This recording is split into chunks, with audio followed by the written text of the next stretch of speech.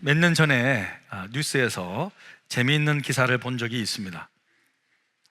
호주에서 털이 온몸을 뒤덮여 움직이지 못하는 한 마리 양을 구조한 것에 대한 내용이었습니다. 이 바라크라는 이름의 양이 털이 계속 자라서 양이 아니라 멀리서 보면 마치 바위처럼 보였다고 합니다. 저런 양인데요, 제대로 서지도 못하고 금방 저렇게 주저앉아서 보면 바위처럼 보였다고 합니다. 이 양은 왜 이렇게 되었을까요? 원래 가축으로 기르던 양은 1년에 한 번 정도 털을 깎아야 합니다. 바라크도 한때는 가축으로 그렇게 잘 길러지다가 알 수 없는 이유로 자기 목자를 잃어버린 것입니다. 그리고는 아무도 털을 깎아주지 않아서 저런 모양이 되었습니다. 털을 깎아보니까 털 무게가 35kg가 나왔어요.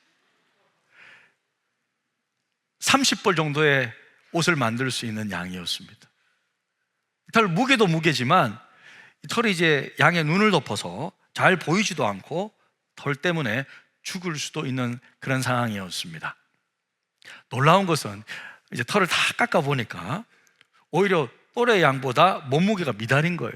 못 먹어가지고. 그래서 작은 새끼 양처럼 보였다고 하는 저런 모습입니다.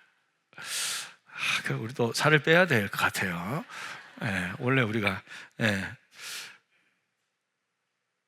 우리도 여러분 종종 길 잃은 양처럼 살 때가 있습니다. 그래서 삶의 모든 무거운 짐을 홀로 지고 그 인생의 무게를 감당하지 못하고 점점 짓눌려서 서서히 죽어가는 사람들이 많이 있습니다. 그 사람에게 무엇이 꼭 필요할까요, 여러분? 그 사람을 이끌어줄 목자가 필요합니다. 예수님이 이 땅에 계실 때 백성들을 보시면서 너무 안타까운 마음이 드신 적이 있으세요? 백성들이 정말 산으로 올라오는 그 모습들을 보면서 정말 기가 차시면서 이런 한탄을 하신 적이 있습니다. 마태복음 9장 36절인데요, 무리를 보시고 불쌍히 여기시니 이는 그들이 목자 없는 양과 같이 고생하며 기진함이라. 목자 없는 양은요, 고생하며 기진합니다. 목자 없는 인생은 낯선 도시에 갔는데, 새로운 외국에 갔는데 내비게이션, GPS 없이 운전하는 것과 같습니다. 이때는요, 누군가가 도와주지 않으면요 결코 제대로 길을 찾아갈 수 없습니다. 목자 없는 삶은 방향을 잃고 헤매는 삶입니다. 그런데 오늘 예수께서 양들에게 자신을 이렇게 소개합니다. 나는 선한 목자라. 자신은 선한 목자라고 소개하십니다. 여러분, 우리 교회는요 구역을 목장으로 명하죠. 그리고 구역장을 목자라고 부릅니다. 지금 여기에는요 올해도 목자로 임명받으신 분들이 많이 앉아 계세요. 그런데 우리 새가족들이나 새로운 우리 목장 식구들이 목자가 자신을 소개하면서 안녕하세요, 나는 선한 목자입니다, 이렇게 소개하는 목자를 보신 적이 있습니까? 혹시 그런 분을 만나면 저에게 좀 알려주십시오. 제가 가서 좀 배우게요. 저는 직업이 목사잖아요. 목사인데 제가 저를 소개하면서 안녕하세요, 저는 선한 목사입니다. 썰렁하죠? 썰렁합니다. 계속 내가 선한 목사라니까요 계속 말하면요 마음속에 재수없는 생각이 좀 들 수도 있어요. 그런데요, 예수님은요 자신을 향해 나는 선한 목자라고 몇 번씩이나 강조하면서 말씀하세요. 아주 당당하게 말씀하십니다. 그러니까 이 세상에서 예수님처럼 이렇게 당당하게 말씀하신 분은 또 없죠. 예수님은요 늘 사실만 진리만 당당하게 선포하셨습니다. 그렇다면 예수님께서 말씀하신 선한 목자는 과연 어떤 목자, 어떤 사람을 말하는 것인가? 주님은 선한 목자와 대조되는 삭군을 예를 들어 이렇게 설명하고 계십니다. 12절에 보니까 삭군은 목자가 아니요 양도 제 양이 아니라 이리가 오는 것을 보면 양을 버리고 달아나나니 이리가 양을 물어가고 또 해치느니라. 여러분, 양을 칠 때 양들이 많지 않을 때는요, 목자 혼자서 감당할 수 있습니다. 그런데 양이 한 100마리가 되거나 200마리, 300마리, 때로는 500마리 뭐 이렇게 되면요, 혼자서 도저히 감당할 수 없습니다. 그러니까 어쩔 수 없이 사꾼 목자들을 고용해서 함께 돌볼 수밖에 없습니다. 여기서 말하는 사꾼이라는 것은 쉽게 말해 알바생들입니다. 알바생. 그러니까 알바생들 중에서는 성실한 친구들도 있습니다, 물론. 하지만 대충 시간만 때우고 돈만 받고 가는 그런 알바생도 많습니다. 사꾼 목자들도 이와 비슷했다는 거예요. 특별히 큰 목장을 관리하기 위해서는요, 다양한 일꾼들이 양을 돌보는 그런 분담해서 그렇게 돌봤는데요, 이 목자들 중에서 모든 다른 목자도 세우고 또 그 위에 또 사꾼들도 세우고 이런 쭉 가보면 대표 목자가 있어요. 대장 목자라고 그러는데 이 목자를 목자장이라고 표현하죠. 성경에는 예수님을 목자장이라고 부르는데, 자, 구약에서는요, 여호와 하나님 자신이 바로 이스라엘을 돌보는 최고 목자장으로 소개하고 있습니다. 에스겔서 말씀 한번 보시겠습니까? 34장 11절 11절인데요 12절인데요 한번 같이 한번 읽겠습니다. 주 여호와께서 이같이 말씀하셨느니라. 나 곧 내가 내 양을 찾고 찾되 목자가 양 가운데에 있는 날에 양이 흩어졌으면 그 때를 찾는 것 같이 내가 내 양을 찾아서 흐리고 캄캄한 날에 그 흩어진 모든 곳에서 그것들을 건져낼지라. 여호와 하나님이 직접 양들을 찾고 또 돌보시는 목자장이 되어주셨다는 거예요. 언제까지? 예수님 오시기 전까지. 그런데 신약시대에 와서는 누가 이 역할을 하십니까? 바로 하나님의 아들 예수 그리스도께서 하나님의 백성들을 돌보시는 목자장이 되어 주신다는 거예요. 예수님은 완벽하게 아버지 하나님의 역할을 이어받으셔서 우리를 지금도 돌보고 계십니다. 예수님께서 나는 선한 목자라고 말씀하셨을 때 이 선한이라는 단어로 번역된 단어가 칼로스라는 헬라어 단어인데, 이 단어는요, 단순히 도덕적으로 좋다라는 뜻을 넘어서요, 진정한, 이상적인, 모범적인 이라는 의미를 가지고 있어요. 따라서 예수님께서 자신을 향해 나는 선한 목자라 라고 했을 때 이 선한 목자라는 것은 단순히 무슨 착한 목자, 좋은 목자라는 의미를 넘어서 참된 목자라는 거예요. 완전한 목자라는 거예요. 우리가 기다려온 이상적인 목자라는 뜻입니다. 사랑하는 성도 여러분, 예수님은요, 저와 여러분을 가장 선한 길로 인도해 주시는 가장 이상적인 목자, 참된 목자인 줄로 믿습니다. 그리고 목자의 사명을 받은 분이 계시잖아요, 여기서. 여러분들은요, 목자장 대신 예수님께서 여러분에게 교회를 통해 사명을 주신 것입니다. 여러분들을 직접 고용했습니다. 그래서 이 목자의 사명을 올해도 아름답게 감당하시기를 축복합니다. 그렇다면 예수님만이 우리의 선한 목자, 다시 말해 진정한 목자, 이상적인 목자가 될 수 있는 이유가 뭘까? 몇 가지가 있는데, 먼저 여러분, 예수님만이 양들을 위해 목숨을 버릴 수 있는 참 사랑이 있기 때문에, 예수님만이 자기 양을 위해 목숨을 버릴 수 있는 사랑이 있습니다. 11절에 보니까 나는 선한 목자라 그렇게 말씀하시면서, 선한 목자는 양들을 위하여 목숨을 버리거니와 그렇게 말하고 있습니다. 11절 잠깐 보여주시겠습니까? 11절 말씀 보여주시겠습니까? 양들을 위하여 목숨을 버린다고 말씀하고 있습니다. 여러분, 이스라엘에서요, 목자와 양의 관계는 단순히 짐승이 아니에요. 우리가 반려견을 키우듯이요, 목자들에게 양은 반려동물과 같습니다. 가족과 그러니까 비슷한 개념입니다. 자, 이렇게 양들을 자기 가족처럼 이해한다면 우리는 다윗이 어릴 적에 목자로서 아버지의 양들을 지킬 때 왜 목숨 걸고 싸웠는지 이해할 수 있어요. 자, 다윗은 목자 출신이잖아요. 왕이지만 원래 목자 출신입니다. 그런데 사꾼이 아니라 아버지의 양들을 지켰어요. 자, 사무엘상 17장 34절 35절에 보면요, 이렇게 말씀하는데요, 주의 종이 아버지의 양을 지킬 때 사자나 곰이 와서 양떼에서 새끼를 물어가면 내가 따라가서 그것을 치고 그 입에서 새끼를 건져내었고, 그것이 일어나 나를 해하고자 하면 내가 그 수염을 잡고 그것을 쳐 죽였나이다. 이야, 다윗은요, 사자와 곰이 자기 양의 새끼를 물어가면 어떻게 한다고요? 따라가가지고 그 새끼를 건져내고 공격해 오면 맞짱 떠서, 그래서 그 수염 잡고 쳐 죽였대. 와, 여러분, 사실은 이런 말씀 보면 어떻게 이해되십니까? 여러분, 이게 가능한 일입니까? 여러분, 혹시 산에서 곰 만난 적이 있어요? 곰? 없어요? 저는요, 산에서 곰을 만난 적이 있습니다. 아, 진짜. 미국에서요, 산 이름이 빅베어, 산 이름 자체가 빅베어야. 큰 곰이라는 뜻이에요.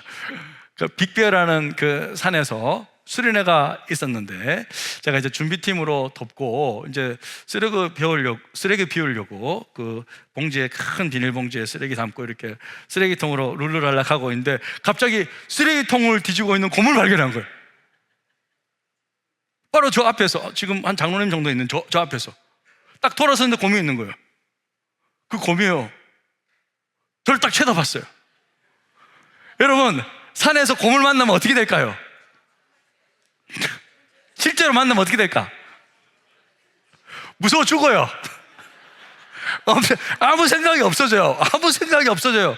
엄청 무섭어요.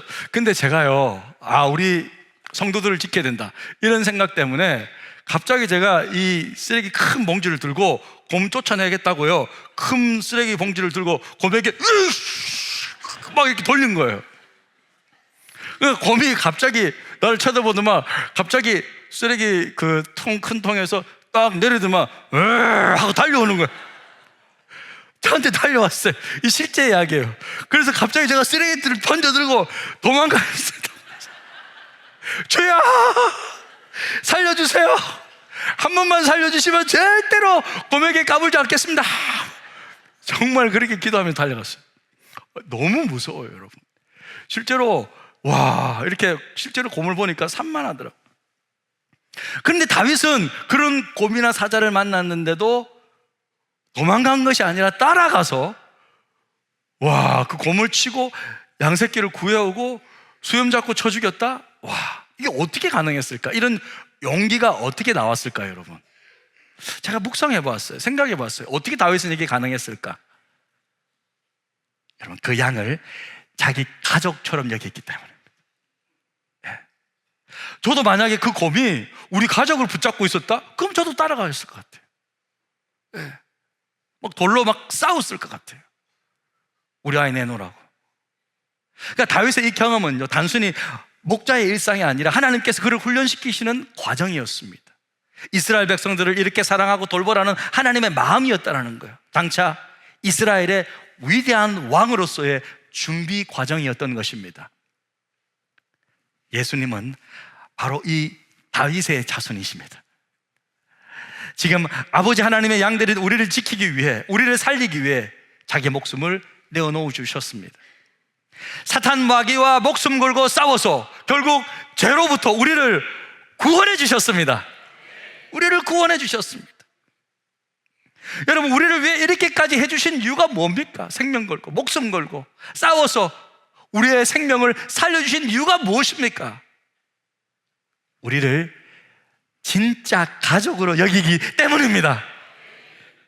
사랑하는 성도 여러분, 하나님은요, 저와 여러분을요, 정말 자신의 자기 자녀라고 믿습니다. 우리를 하나님의 자녀라고 진짜 믿고 계십니다. 그렇기 때문에 자기 아들과 바꿀 수 있는 거예요. 그만큼 가치 있는 존재라고 여기기 때문에 아버지 하나님의 그 크신 사랑으로 우리를 살려주신 것입니다. 이 주님의 사랑에서 우리를 끊을 수 있는 것은 아무것도 없다는 거예요. 사랑하는 성도 여러분, 참 목자 되신 주님의 사랑을 온전히 받아 누리시기를 축복합니다. 주님은 우리를 위해 목숨까지 다하여서 우리를 지켜주시고 사랑해 주신 것입니다. 자, 그리고 예수님이 우리의 참 목자가 될 수 있는 이유는 이겁니다. 예수님만이 양들을 제일 잘 알기 때문이에요. 오늘 14절 한번 보십시오. 나는 선한 목자라 그렇게 말씀하시면서 나는 내 양을 안다. 내 양을 안다. 양도 나를 아는 것이 아버지께서 나를 아시고 내가 아버지 아는 것 같다. 그러니까 이 목자가 양을 안다는 것은 단순히 정보적인 지식으로 아는 것이 아니라 깊은 친밀한 관계를 통해서 아는 알미라는 거예요. 예수님께서 우리를 얼마나 잘 알고 계시냐 하니까 오늘 말씀해 보니까 예수님은 얼마나 잘 아시냐? 아버지 하나님께서 자기 아들 예수님을 아는 것처럼 우리를 잘 안다는 거예요. 여러분, 하나님 아버지 아들 하나님 예수님 영원 전부터 계셨잖아요. 얼마나 서로를 잘 아시겠어요. 완벽하게 서로를 아시죠. 그래서 하나라고 부르는 거예요. 그만큼 예수께서도 우리를, 저와 여러분을 그만큼 아신다라는 거예요. 그러니까 완벽하게 아신다라는 거예요. 그래서 주님께서요 이렇게까지 말씀하셨어요. 너희에게는 너희 머리털까지 알고 있다. 내가 머리털까지 세신받았대요. 여러분 머리털 몇 개인지 아십니까? 예? 아세요? 머리가 좀 적은 분들은 아시지만 아무튼 아십니까? 예? 죄송합니다. 갑자기 왜 이런 말이 나와? 아이씨, 주여. 우리는 우리 머리털 잘 모르잖아요. 근데 주님께서는 완전히 알고 있다는 거예요. 그 말은 뭐예요? 예수님은 나보다 나를 더 잘 아신다는 말씀입니다. 할렐루야. 때로는요 내가 나를 모를 때가 있습니다. 내가 얼마나 나쁜 사람인지, 내가 이렇게 악한 사람인지 모를 때가 있단 말입니다. 내가 어떻게 이런 생각을 할 수 있지? 와, 나도 거짓말을 진짜처럼 할 수 있네. 한 번씩 이런 생각을 할 때가 있다라는 거죠. 저만 그렇습니까? 저는 한 번씩 저를 볼 때요 깜짝깜짝 놀랄 때가, 제가 착한 줄 알았거든요. 그렇게 믿고 있었는데 알고 보니까 착한 척 할 때가 있더라고요. 저 용감한 줄 알았거든요. 담대한 줄 알고 이렇게 늘 도전하고 이런 줄 알았는데 실은 비겁할 때가 있더라고요. 정직한 줄 알았는데 알고 보니 한 번씩 제가 진실을 일부러 숨기고 있는 저를 보고 말 안 할 때가 있더라고요. 그럴 때면 저에게 한마디씩 합니다. 혼자 있을 때. 그러면 안 돼. 강 목사, 너는 목사잖아. 그러면 안 돼. 막 그러면서 혼자서 막 이렇게 스스로 질책할 때가 있어요. 사랑하는 성도 여러분, 불꽃 같은 주님의 눈앞에는요 우리가 숨길 것이 아무것도 없습니다. 숨길 수가 없어요. 모든 것을 다 알고 있다라니까요. 그래서 그냥 주님 앞에 엎드려 나아가는 것이 제일 빠른 길인 줄로 믿습니다. 엄마는요 신생아실에서 자기 아기가 바구니가 한 번씩 잘못 바뀔 때가 있대요. 뭐 요즘에는 거의 없는데 옛날에는 한 번씩 있었대요. 바구니를 잘못 바꾸어 놓아도 곧바로 아기 울음소리를 딱 듣고 바로 안다라는 거. 자기 아기인 줄을. 또한 여러분 놀랍게도 갓난아기도요, 이 연구 결과가 나왔는데 갓난아기도 수많은 여성의 목소리 가운데서도 자기 엄마의 목소리를 정확하게 구별할 수 있다는 거예요. 갓난아기가. 이처럼 관계의 깊이는요 서로를 알아보게 만드는 것입니다. 예수님은 우리의 성격, 약점, 두려움, 소망까지 모두 다 아십니다. 우리가 숨기고 싶은 죄의 연약함까지도 다 아시면서 여전히 우리를 사랑하십니다. 이 사실이 여러분에게 위로가 되시길 바랍니다. 목자 되신 예수님은요 우리를 완벽히 아시고 우리의 필요를 채우시고 가장 좋은 길로 인도해 주십니다. 이 믿음만 있다면 우리는 주님께 모든 것 맡길 수 있습니다. 목자 되신 주님만 신뢰하고 의지하며 살아가는 올 한 해 되시기를 주님의 이름으로 축복합니다. 끝으로 예수님만이 우리의 선한 목자가 되실 수 있는 이유는요 예수님만이 잃어버린 양들을 끝까지 찾아서 아버지 집으로 인도해 주실 수 있기 때문입니다. 16절 보니까요 이렇게 말씀합니다. 함께 읽겠습니다. 또 이 우리에 들지 아니한 다른 양들이 내게 있어 내가 인도하여야 할 터이니 그들도 내 음성을 듣고 한 무리가 되어 한 목자에게 있으리라. 자 보세요, 이 말씀 보세요. 다른 양들도 있다는 거예요. 우리 안에 들지 않은 다른 양들도 내가 인도한다. 이 말씀은 여러분 유대인뿐만 아니라 이방인, 나아가서 모든 사람들에게 주시는 복음의 메시지입니다. 예수님은 양우리에 들어있는, 예를 들어 우리 교회 출석 교회 성도들 뿐만 아니라 지금 예수님을 떠나 있는 잃어버린 양들이 있잖아요. 우리 자녀들 가운데 어렸을 적에는 교회 나오다가 세상에 이리저리 치여가지고 잃어버린 양들이 있잖아요. 우리 가족들 중에서 우리 형들 가운데, 우리 누나, 우리 친지들, 우리 가족들 가운데, 우리 친구들 가운데서 잃어버린 양들이 있잖아요. 근데 주님은요, 그들에게도 관심이 있다라는 거예요. 때가 되면 주님께서 찾아가셔서 그들도 함께 아버지의 집으로 인도해 주시겠다고 지금 약속하는 말씀이에요. 내가 그렇게 인도하겠다고. 그래서 우리는요, 그들이 주께 돌아올 수 있도록 간절히 기도해야 하는 것입니다. 간절히 기도해야 합니다. 사랑하는 성도 여러분, 올 한 해 우리의 가족, 친구, 이웃 중에서 잃어버린 양이 있습니까? 여러분이 그들을 보며 안타까워하는 것보다 예수님이 더욱 안타까운 마음으로 찾고 계신다는 것을 믿으시길 바랍니다. 그래서 올 한 해 우리가 예수님 닮은 선한 목자의 마음을 가지고 우리가 그들에게 찾아가서 사랑해 주시고, 먼저 다가가서 우리 교회로 사랑의 초청을 해 주시기를 축복합니다. 주님은 결국 우리를 통해 잃어버린 양들을 구원의 길로 인도해 주실 줄로 믿습니다.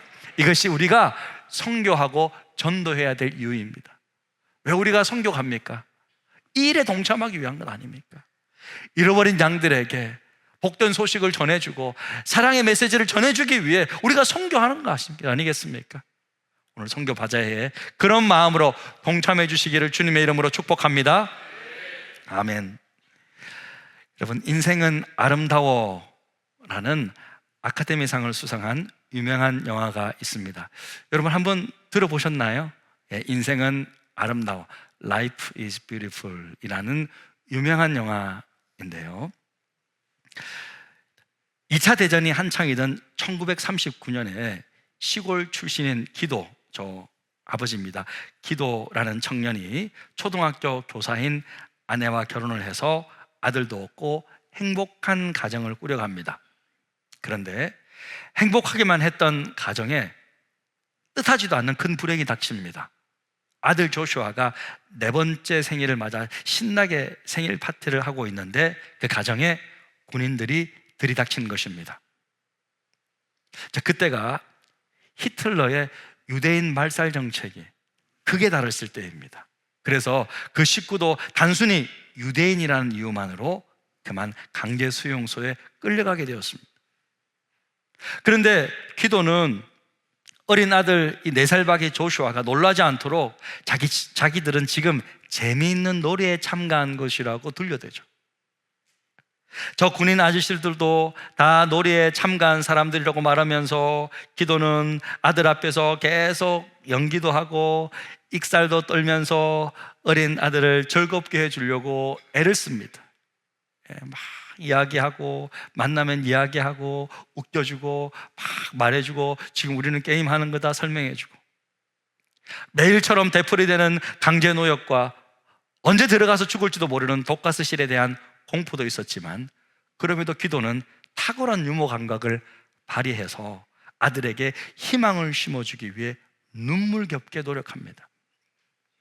결국 독일이 패망하자 나치는요, 증거를 없애기 위해 서류 뭉표들을 불태우고 포로들을요 하나씩 처형하기 시작하는 거예요. 그 혼란의 와중에서 아내와 아들 데리고 필사의 탈출을 시도하지만 어떻게 돼요? 결국 붙잡힙니다. 그리고 끝내 총살형을 당하게 됩니다. 그러니까 마지막 그 사형 현장으로 끌려가는 그 상황 속에서도 몰래 숨어서, 조그마한 저기서 몰래 숨어서 아들이 자기를 보고 있다는 것을 알죠. 그런데 아버지는 아들을 걱정시키지 않기 위해 마지막까지 우스꽝스러운 모습을 연출하는데요, 한번 그 마지막 장면을 잠깐 한번 보시겠습니다. Teufel machst du? Vorwärts! Geh da!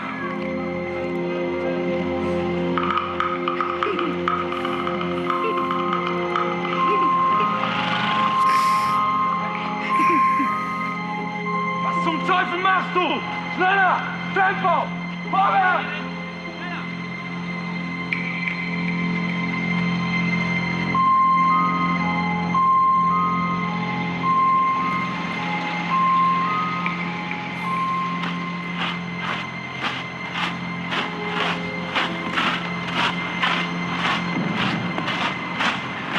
Rechts rein.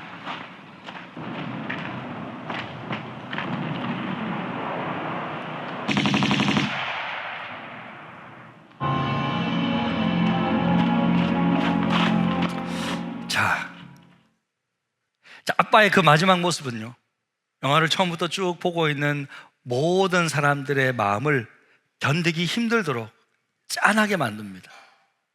그러니까 전체 스토리를 보면 가슴이 아려오는 슬픈 영화예요. 그런데 제목이 뭐죠? 인생은 아름다워. 왜 그런 제목을 붙였을까요? 왜 그런 제목을 붙였을까요? 아빠가 안겨준 사랑 때문입니다. 아빠의 사랑이 너무나도 애틋한 사랑이기에, 너무도 가슴 절절한 사랑이기에, 그런 사랑을 마음 가득히 안고 살 수만 있다면, 그것이 인생이라면 그 인생은 너무나도 아름다운 것이라는 것입니다.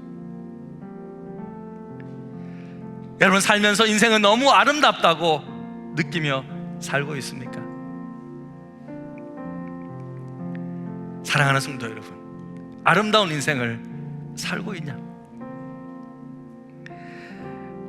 인생은 아름답다고 고백하고 싶지 않으십니까? 그렇다면 사랑하십시오. 사랑하고 사랑받으십시오. 나를 살리기 위해 끝까지 인내하고 참고 죽음의 길을 걸어가신 그 애틋하고 그 감동적인 주님의 그 사랑을 받으십시오. 아버지의 사랑을 누리십시오. 그러면 우리 인생이 아름답게 변할 것입니다. 인생은 아름다워. 목자 되신 우리 주님이 나와 늘 함께 해주시며 사랑해 주시기 때문입니다. 나를 가장 잘 아시고 나를 가장 사랑하는 목자 되신 주님과 깊이 동행하는 아름다운 인생, 복된 인생 사시기를 주님의 이름으로 축복합니다. 우리 말씀 생각하면서 그 아버지의 사랑을 함께 노래하며 기도의 자리로 나아가도록 하겠습니다.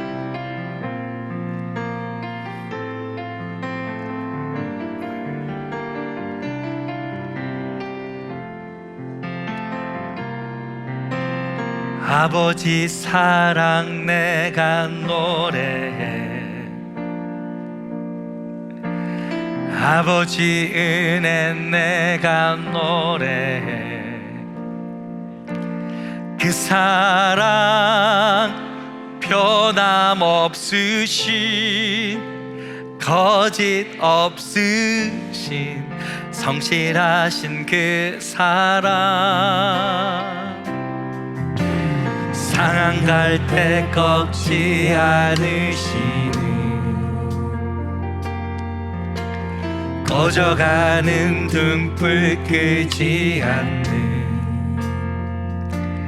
그 사랑 변함없으신 거짓 없으신 성실하신 그 사랑,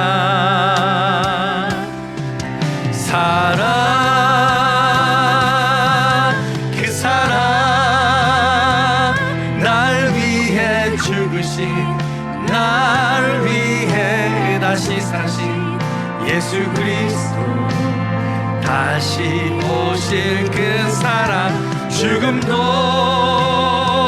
생명도 천사도 하늘의 어떤 권세도 끊을 수 없는 영원한 그 사랑 예수. 아버지 사랑 내가 노래해, 아버지 사랑 내가 노래해,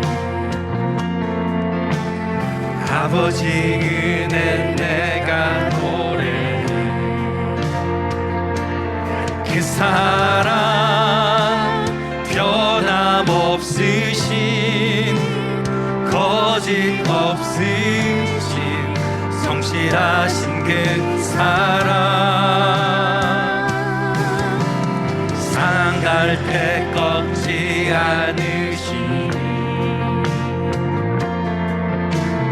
꺼져가는 등불 끄지 않는 그 사랑 변함없으신 거짓 없으신 성실하신 그 사랑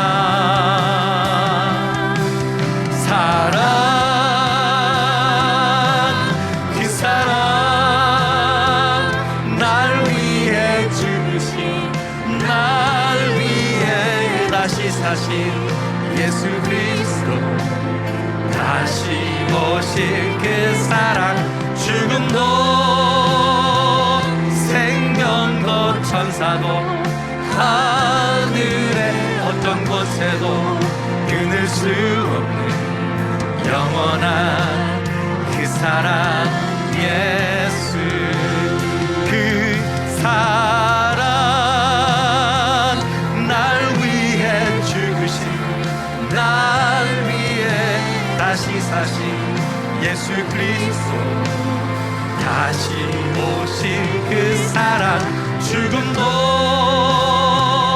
생명도 천사도 하늘의 어떤 권세도 끊을 수 없는 영원한 그 사랑 예수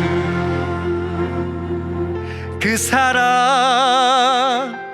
날 위해 죽으신 날 위해 다시 사신 예수 그리스도 다시 오실 그 사랑 죽음도